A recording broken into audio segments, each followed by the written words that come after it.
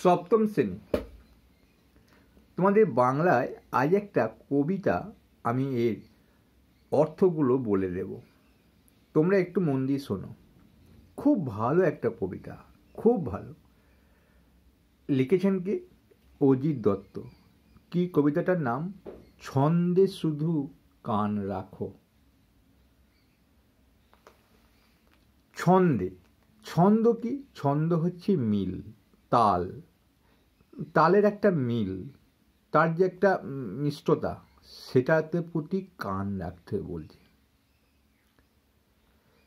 আমি একটু বলি, পাঠ করে নিই, তারপর তোমাদের এই পুরোপুরিটা বুঝিয়ে দেব কিভাবে তোমরা একটুখানি মন দিয়ে পড়বে, প্রশ্নের অ্যান্সারগুলো কিভাবে পড়বে। বলছে, মন্দ কথায় কান দিও না, ছন্দে শুধু কান রাখো, দ্বন্দ্ব ভুলে মন না দিলে ছন্দ শোনা যায় না গো। তাই ছন্দ শোনা যায়, মানে একটা মিল, তাল, একটা সব কিছুর আছে, একটা বাতাস বইছে। তুমি একটু ফাঁকা জায়গায় বসে আছো, গাছের পাতা, হয়তো দু একটা গাছ আছে, গাছের পাতাগুলো খুব অল্প অল্প নড়ছে, একটা মিষ্টি আওয়াজ আসছে, এটা হয় ছন্দ। একটা মিল, তাল, বাতাসের সঙ্গে তাল মেলাচ্ছে গাছের পাতাগুলো। তুমি একটা পুকুর, বড় দিঘির ধারে ফাঁকা জায়গায় বসে আছো, বাতাস দিচ্ছে, একটা ঢেউ উঠছে, ছল ছল শব্দে ঢেউগুলো পাড়ে আছড়ে পড়ছে, সুন্দর একটা শব্দ। তুমি যদি সেখানে মনটা দাও তবে শুনতে পাবে।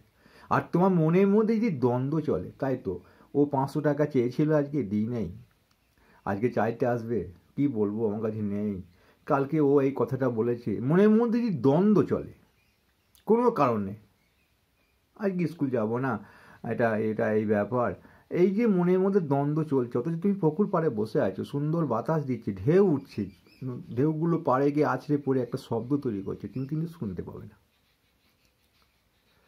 মানে সেটা তার অর্থ বোঝা, ছন্দ শোনা যায় না, অর্থাৎ তার দেখছো কিন্তু তুমি অর্থ বুঝতে পারছো, সেটা ছন্দটাই শুনতে পাচ্ছ না। কিন্তু মন্দ কথায় মন দিও না। তাই মন্দ কথা কোনগুলো? তোমার কাছে যেগুলো বিভিন্ন রকম খারাপ ভাবনা যেগুলো মনের মধ্যে উদয় হবে, তাই তো কালকে এটা আমি করার কথা ছিল, করতে পারি না, আজকে কি হবে, সময় পাবো না, এগুলো একটা দ্বন্দ্ব চলে মনের মধ্যে। তাই বলছে মন্দ কথায় মন দিও না। কেউ যদি খারাপ কথা তোমাকে বলে, সেই খারাপ কথাটা তুমি শুনে রেখে দিয়েছো, তাহলে তুমি ছন্দ অর্থ বুঝতে পারবে না, ছন্দ শুনতে পাবে না। সেই জন্য কবি বলছেন, এই অজিত দত্ত বলছেন, যে মন্দ কথায় মন দিও না। ময়ে ময়ে মিল আছে, এটা অনেক সময় মন্দ কথায় কান দিও না হয়ে যাবে, কিন্তু তোমরা মনে রাখবে মন্দ কথায় মন দিও না। মন্দ ময়ে ম আছে, আর মন, তাহলে মন্দ কথায় মন দিও না, ছন্দে শুধু কান রাখো। বুঝতে পেরেছো? দ্বন্দ্ব ভুলে মন না দিলে ছন্দ শোনা যায় না। মনের মধ্যে যদি দ্বন্দ্ব, সেটা যদি ভুলে না যাও, তাহলে কিছুতেই তুমি ওই বড় দিঘির পাড়ে বসে ওই পুকুরে ঢেউয়ের যে শব্দ, জলের যে একটা আছড়ে পড়ার শব্দ শুনতে পাবে না। আর কোথায়?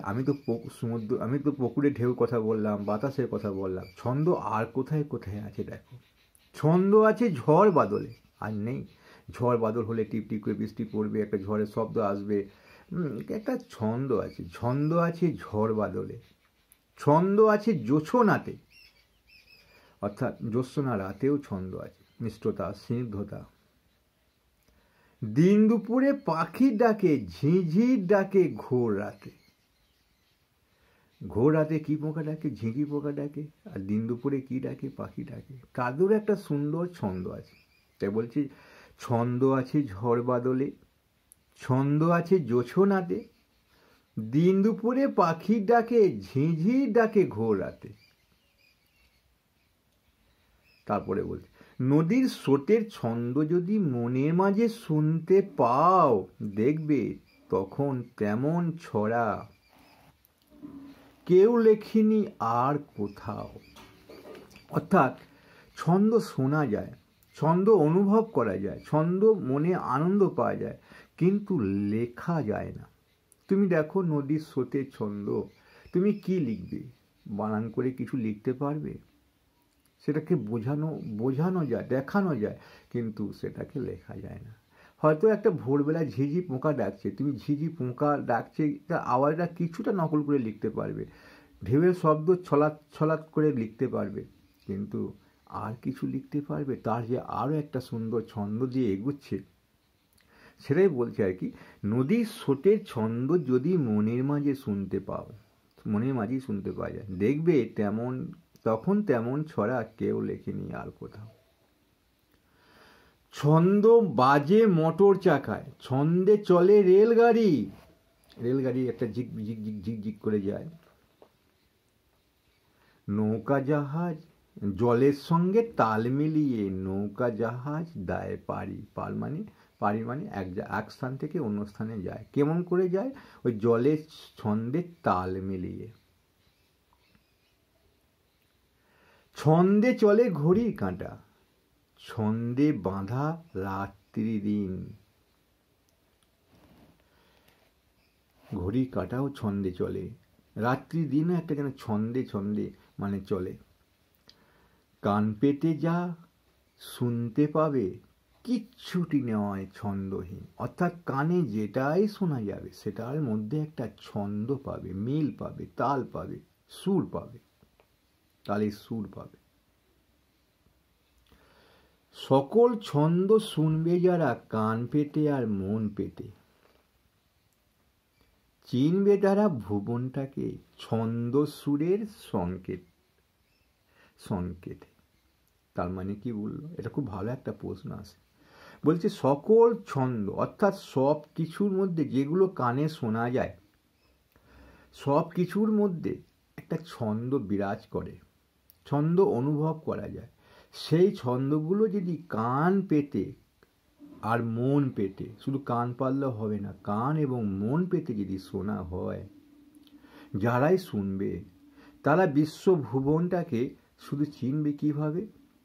সুরের ছন্দে, ছন্দের সুরের সংকেতে চিনবে। যে পৃথিবীতে এত সংকেত মানে সুরের ছন্দ আছে, তারাই বিশ্বভ্রমণটাকে চিনবে। কারা চিনবে?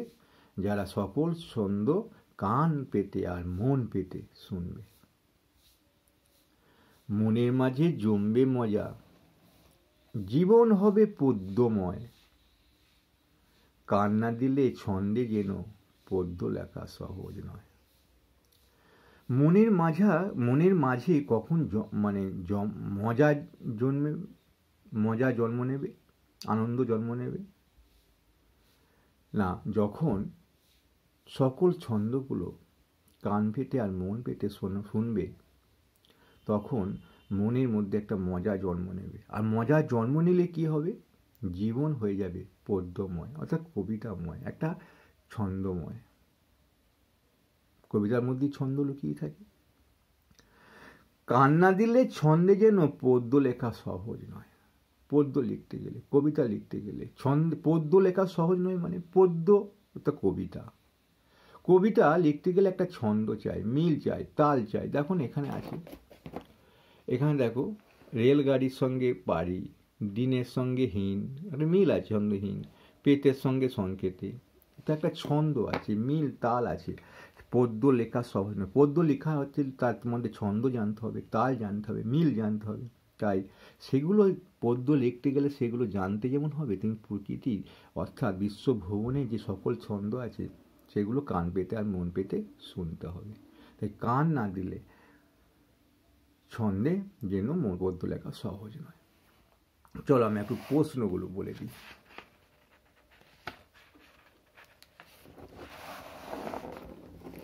মন্দ কথায় কান দিও না, মন্দ কথার প্রতি কিরূপ কবি মনোভাব প্রকাশ কবিতা ব্যক্ত হয়েছে? কবি একটা খারাপ অর্থাৎ বিদ্রুপ মনোভাব প্রকাশ পেয়েছে। কেউ লেখেনি আর কোথাও। কোন লেখার কথা এখানে বলা হয়েছে? নদী ঢেউয়ে সুরের ছন্দ, নদী স্রোতের ছন্দ, কথা এখানে বলা হয়েছে। কেউ লেখেনি আর কোথাও। নদীর স্রোতে, ঢেউ অর্থাৎ স্রোতের ছন্দ।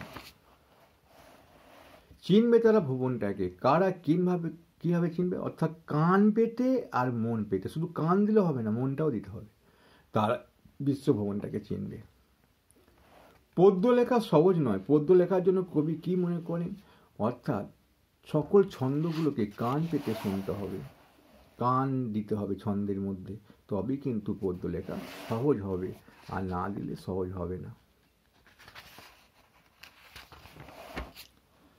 ছন্দ শোনা যায় না গো, কখন কবির ভাবনায় ছন্দ শোনা যায় না?